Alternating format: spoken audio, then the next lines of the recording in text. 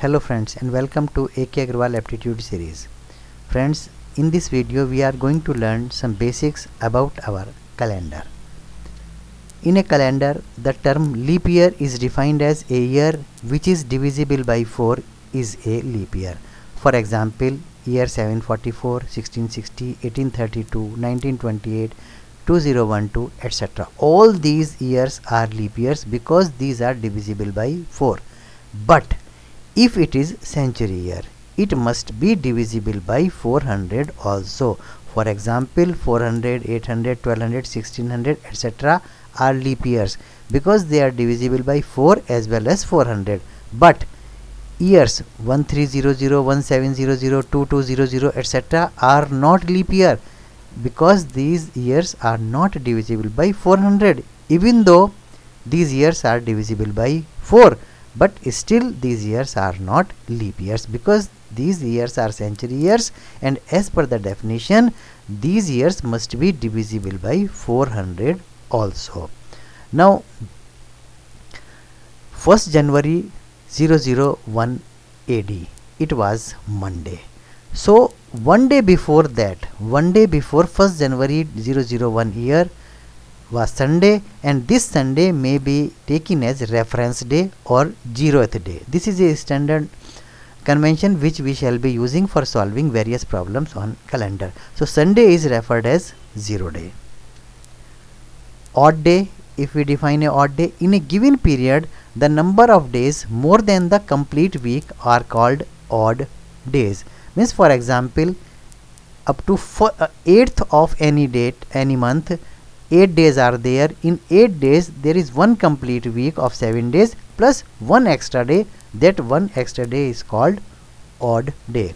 So in one ordinary year total 365 days are there. These 365 days can be converted into 52 weeks plus one extra day. That one extra day is called odd day. In leap year 366 days are there. These 366 days can be converted into 52 weeks plus 2 odd days because 2 extra days are there. So if we see first 100 years, in first 100 years there will be 76 ordinary years plus 24 leap years because the 100th year, year 1, 2, 3, etc. 4th year is leap year, 8th year is leap year, 12th year is leap year, but 100th year is not a leap year because it is not divisible by 400. So in first 100 years there are 76 ordinary years and 24 leap years. Okay, let us determine how many odd days will be there in first 100 years. Each ordinary year consists of one odd day, so 76 into 1 odd days in ordinary years, and each leap year consists of 2 odd days, so 24 into 2 is equal to 124 odd days. This 124 odd days, if we divide it by 7, it will have 17 complete weeks plus 5 odd days. It is equal to 5 odd days. It means in first 100 years there are 5 odd days. So first century contains 5 odd days. Therefore last day of first century was Friday because we refer Sunday as 0 day, Monday as 1, Tuesday as 2, Wednesday 3, Thursday 4 and Friday 5. So 5 odd day means it was Friday on the last day of first century. Okay, let us continue. Now number of odd days in first 200 years. In 100 years 5 odd days are there, so in 200 it will be 5 into 2 is equal to 10 odd days. 10 odd days means 1 complete week plus 3 odd days means is equal to 3 odd days. So number of odd days in first 200 years is equal to 3 odd days. Therefore last day of second century was Wednesday because 3 odd day means 0 means Sunday, 1 Monday, 2 Tuesday, 3 means Wednesday. So last day of second century was Wednesday. Similarly, let us determine number of odd days in first 300 years. It is 5 into 3 because in 100 years 5 odd days are there. In 300 years 5 into 3 is equal to 15. 15 divided by 7 means there will be 2 weeks plus 1 odd day. So 1 odd day means Monday, because Sunday is 0, Monday is 1. So last day of 3rd century was Monday. Okay, now number of odd days in first 400 years. Now this here you see, in 100 years first 100 years 5 odd days are there. So in 400 number of odd days will be 5 into 4. But this 400th year is a leap year. It will have 1 day extra. This 400th year is a leap year. So 1 extra day will be there for that leap year. So number of odd days in first 400 years will be 5 into 4 plus 1 is equal to 21.